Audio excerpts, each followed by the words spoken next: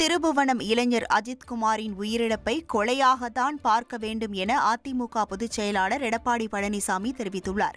சென்னை மீனம்பாக்கம் விமான நிலையத்தில் செய்தியாளர்களை சந்தித்த அவர், உயிரிழந்த அஜித்குமாரின் வழக்கில் காவல்துறை வழக்கமான நடைமுறைகளை பின்பற்றவில்லை என தெரிவித்துள்ளார்.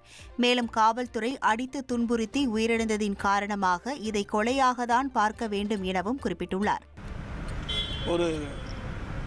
ஒருவர் மீது வழக்கு தொடர வேண்டும் சொன்னால் முறையாக எஃப்ஐஆர் பதிவு செய்து விசாரித்து அவர் மீது உரிய நடவடிக்கை எடுக்க வேண்டும்.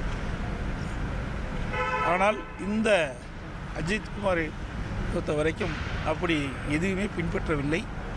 அவரை காவல் நிலையத்துக்கு அழைத்து சென்று கடுமையாக தாக்கியின் காரணமாகத்தான் அவர் உடலில் பல காயங்கள் ஏற்பட்டதாக செய்திகள் வெளிவந்துள்ளன. ஆகவே இது ஒரு கொலையாகத்தான் பார்க்கப்படுகிறது. இது மிக மிக வருத்தத்துக்குரியது, வேதனைக்குரியது.